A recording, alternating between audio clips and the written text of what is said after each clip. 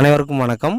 2ஆம் வகுப்பு முதல் 5ஆம் வகுப்பு வரை தனியார் பள்ளியிலிருந்து அரசு பள்ளிகளுக்கு வந்த மாணவர்களுக்கு பேஸ்லைன் அசஸ்மெண்ட் ஜூலை மாதம் முதல் நடத்தணும்னு சொல்லியிருக்காங்க. அது எவ்வாறு நடத்துறது அப்படிங்கிறத பற்றி அந்த வீடியோவில் பார்க்க போகிறோம். அதற்கு உங்கள் மொபைலில் ப்ளே ஸ்டோர் ஓப்பன் பண்ணிவிட்டு டிஎன்எஸ்சிடி ஸ்கூல்ஸ் ஆப்பை வந்து லேட்டஸ்ட் வெர்ஷனுக்கு அப்டேட் பண்ணியிருக்கீங்க. வாட்ஸ் நியூ அப்படின்னா MHT screening EE and bus pass module சேஞ்சஸ்னு கொடுத்துருக்காங்க. வேர்ஷன் வந்து 0.1.5. லேட்டஸ்ட் வெர்ஷனுக்கு அப்டேட் பண்ணாமல் அந்த ஆப் ஓப்பன் பண்ணிக்கோங்க.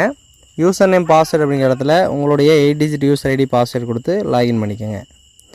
லாகின் பண்ணிங்கன்னா அறிவிப்புன்னு வரும். அதில் 2024-25ஆம் கல்வியாண்டில் 2 முதல் 5ஆம் வகுப்புகளில் புதிதாக தனியார் பள்ளிகளிலிருந்து சேர்ந்த மாணவர்களுக்கு திறனறி மதிப்பீட்டினை ஜூலை மாதம் முதல் நடத்திட அறிவுறுத்தப்படுகிறதுன்னு கொடுக்குறாங்க.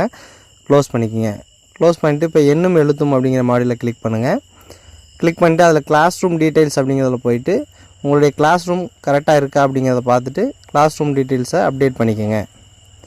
அப்டேட் பண்ணிவிட்டு பேஸ்லைன் அப்படிங்கிறத கிளிக் பண்ணுங்கள். கிளிக் பண்ணிங்கன்னா கிளாஸஸ் காட்டும்.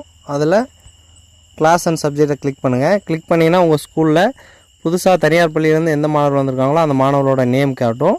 ஸ்டேட்டஸில் நாட் அசஸ்மெண்ட் இருக்கும். அசஸ்மெண்ட் மேற்கொள்வதற்கு ஸ்டார்ட் அசஸ்மெண்ட் அப்படிங்கிற கிளிக் பண்ணுங்கள். கிளிக் பண்ணிங்கன்னா அந்த ஸ்டூடெண்ட்டுக்கான பேஸ்லைன் அசஸ்மெண்ட் கொஸ்டின்ஸ் வந்து டிஸ்பிளே ஆகும். ஒவ்வொரு கொஸ்டினாக அந்த ஸ்டூடெண்ட்ஸ்கிட்ட கேட்டு எப்பயும் போல் அதோட ரெஸ்பான்ஸை ஃபில் பண்ணி கீழே கூடிய சப்மிட் ஆன்சர் அப்படிங்கிறத கொடுத்துருங்க. இதே போல் 2 முதல் 5ஆம் வகுப்பு வரை தனியார் பள்ளியிலிருந்து தங்கள் பள்ளிக்கு வந்த மாணவர்களுக்கு பேஸ்லைன் அசஸ்மெண்ட்டை வந்து ஜூலை மாதம் முதல் நடத்த வேண்டும். நன்றி.